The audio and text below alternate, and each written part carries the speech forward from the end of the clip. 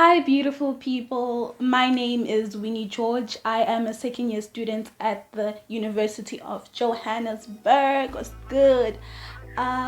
So this is a big step for me.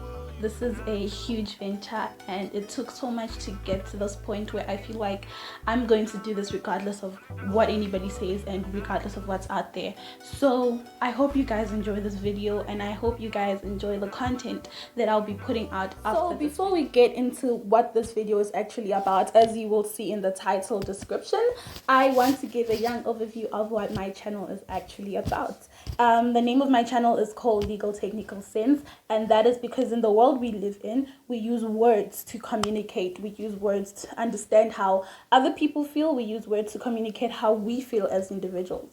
What I have found is that in the normal world, there are words, and these words could differ slightly from in the legal technical field. And so my YouTube channel sets out to explain how these words differ from the normal sense of the word to the legal technical sense of the word, and the rights and obligations that arise from these words in the legal field of South Africa.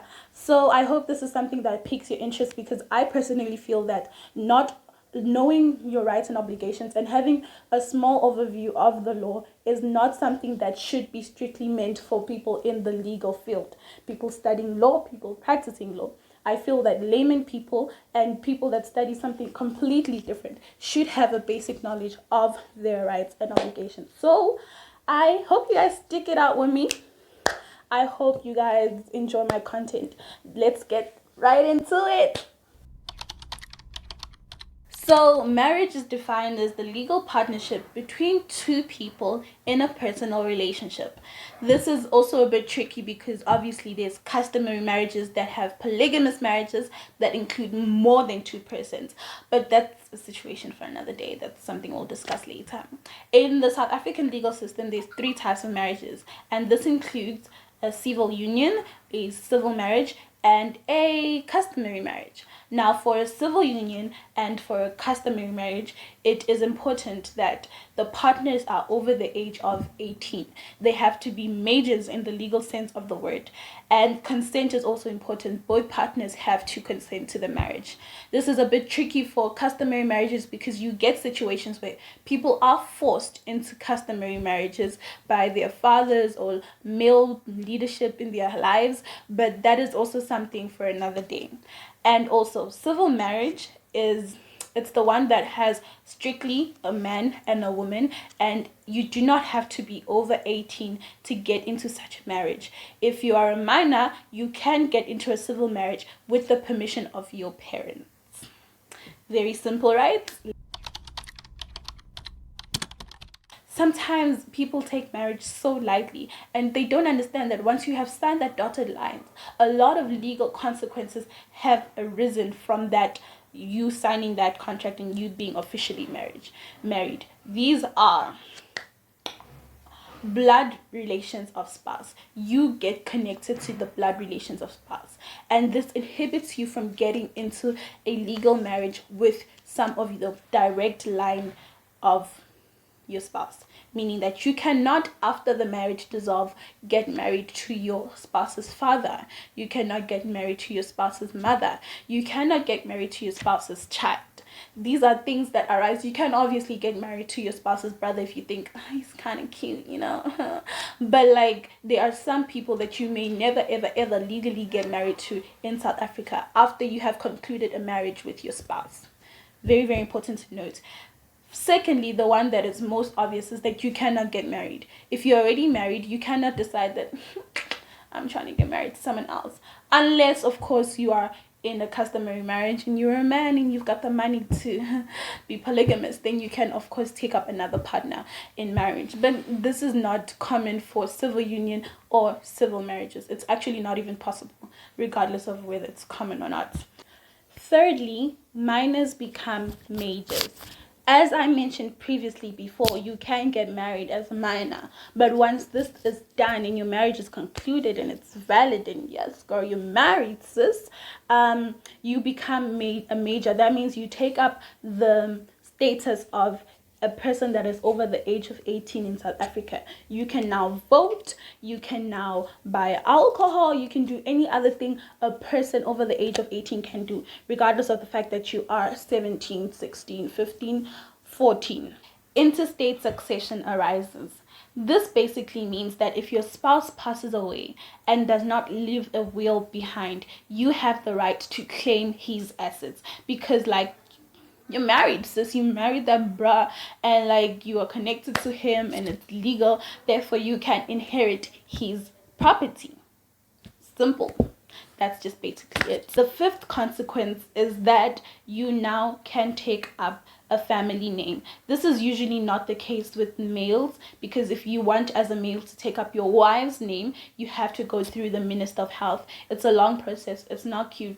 Maybe just don't do it. But it's easier for females because they can just change their name to their husband's name and keep it. Very, very simple. This also is a huge consequence because it changes your identity. There's a lot of things that you have to do now. Now you have to go to Home Affairs and change your ID. It's a lot of process. Therefore, marriage is very, very important in the legal sense of the word. The last consequence I want to speak about is parental rights and responsibility. This basically means that if the marriage blesses you with a child, you and your spouse have responsibility and rights over this child. It's automatic. You don't have to think about it too much, meaning that you have the responsibility to feed the child, to educate the child, to clothe the child, and then you have the right of enjoying a relationship with this child loving you, you loving your child back, basically put. Now, the interesting part and the somewhat tricky part about marriage is the matrimonial property aspect of the marriage. Now, in South Africa, we recognize 3 types of matrimonial property in regards to marriage. That is marriage in community of property, marriage out of community of property, and marriage out of community of property, with the accrual system. I will explain this to you very, very briefly because I feel like now my video is getting a bit long. Marriage in community of property. This is a very, very, very, very, very common matrimonial property in regards to marriage, because it's matrimonial.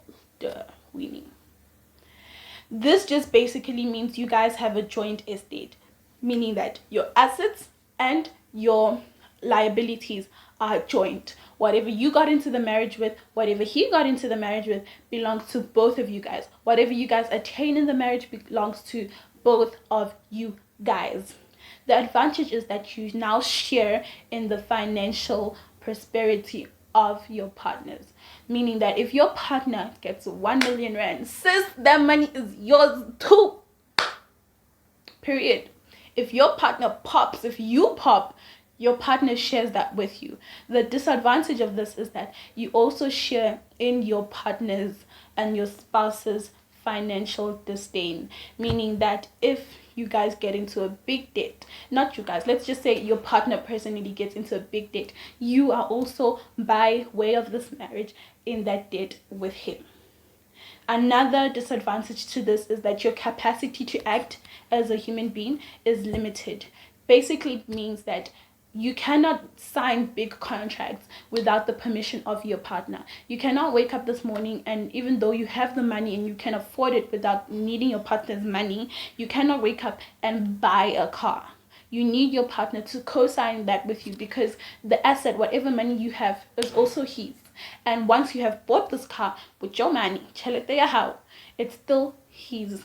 50-50, basically put, everything is everybody's in this marriage. Got it? Are we? Questions? You can link it down in the comment section. Marriage out of community of property. This is a very, very simple concept. It just basically means that all assets and liabilities are strictly belonging to the individual, meaning that whatever assets you came into the marriage with belong strictly to you, and whatever assets you acquire in the marriage belong just to you. And if the marriage dissolves by way of death or divorce, those assets are yours. This is also the same for your liabilities. Whatever liabilities and debts that you came in with, they belong strictly to you. And whatever debts you acquired during the marriage, they belong to you. If the marriage dissolves, your assets, your liabilities are strictly yours. This is the same for your spouse. Nobody shares assets unless chosen. That means if my spouse decides he wants to give me money, then I mean, I can't, like, I'm not gonna say no, thank you. I guess. The advantage is that you have full capacity to act. You do not need your partner to sign anything before you decide to make a big purchase. You do not need your partner's permission for anything. You basically are your own person. You are a major and you can do whatever you need to do without anybody's permission. The disadvantage is that the economically inactive spouse is usually disadvantaged at the end of the marriage. This is a common case with women that are, for a less of a better word, submissive, and then get married to rich partners. And so they spend their time cooking, cleaning, taking care of the kids while their partner goes to work, has a business, earns money. At the end of the marriage, if they had signed an anti-nuptial contract, which I forgot to mention is really, really important. You have to sign this contract before you get married to stipulate that your marriage is out of community of property. Sorry. Once this is done, if the marriage ends, usually you find that the wife is the one that is disadvantaged because she did not during the marriage make money. Therefore, she leaves with like peanuts, close to nothing. This is a really, really common case, but there's nothing you can do if you had signed an anti-nuptial agreement. The last matrimonial property system that I will be discussing, and the last point I'll be discussing in this video, is marriage out of community of property with the inclusion of the accrual system. This is basically just like marriage out of community of property with slight differences. Well, not that slight because they're kind of a bit important, but just listen. So basically, the assets and liabilities that the spouses get into before the marriage belong to the spouses individually. You do not share it, it's yours. Your liabilities, your assets are yours. However, what you find is that in most marriages, partners work hand in hand to better the economic status of the marriage. It's a partnership of the family, the marriage. So what happens is if a marriage dissolves by way of death or divorce, it is really, really important that partners share in the economical standing, but it's not divided 50-50. So a mathematical equation is applied. It took me a long time to learn this because like I'm not good at maths, and like I didn't study law to do maths, but I eventually got it and I killed it in the exam, if I do say so myself. So let me explain it to you. Basically, the assets, the total amount of assets that you get before you entered the marriage is minused from the amount of assets you have at the end of the marriage, and then you get a number. This same equation is done with your spouse, meaning that the total amount of assets he had when he concluded the marriage is minused from the amount of assets he has at the end of the marriage. Meaning you've got two numbers. You've got your sum, you've got his sum. Whoever has the biggest sum, right? Whoever has the smallest sum, rather, this amount is minus from the person who's got the biggest sum, and then you get a number. This number is then divided by 2 and given to the person who had the smallest sum. So because this probably sounded like French to you, I'm going to use a practical example and give you guys numbers. If I got into a marriage with 7 rand, and at the end of the marriage, when we get divorced, I have 14 rand. My partner, on the other hand, got into the marriage with 5 rand. At the end of the marriage, he had 8 rand. Right? So I said 7, 14, 5, 8. Cool. Then we calculate my accrual. My accrual would be calculated by minusing 7 from 14, meaning that my accrual is 7 rand. My partner, I said, was 5 and 8, right? So we will minus the 5 from the 8, and if I'm not wrong, because my maths is bad, the answer is 3. Meaning that my accrual is 7, his accrual is 3. Now you will take 7 minus 3, and you will get 4. You divide that 4 by 2, meaning that I have to, from my 7 rand, give my partner 2 rand. At the end of the marriage, I would probably, if I'm not wrong, have 5 rand, and he will have 7 rand. I don't know, something along those lines. Basically, it is just to ensure that the assets that were gained in the marriage is equally shared amongst the partners. This is personally my favorite matrimonial property system. It's the one that I will probably use in my marriage one day, and it makes practical sense to me, and it's just basically in my head it's the best. That's basically it, guys. I hope I said enough. I did not obviously say everything because you did not come here to get a lecture, but I did try to put as much information as possible in a short period of time. I hope you guys learned something. Please comment in the comment section which matrimonial property is your favorite, which one is your least favorite, and why. And please, if you need more information, by all means ask me questions and I will do my best to answer. And thank you guys for watching my video. If you got to this point, I really appreciate it. I appreciate you watching it. I hope you learned something. Please don't forget to like, subscribe, and share, and tell all your friends about it. See you guys next time.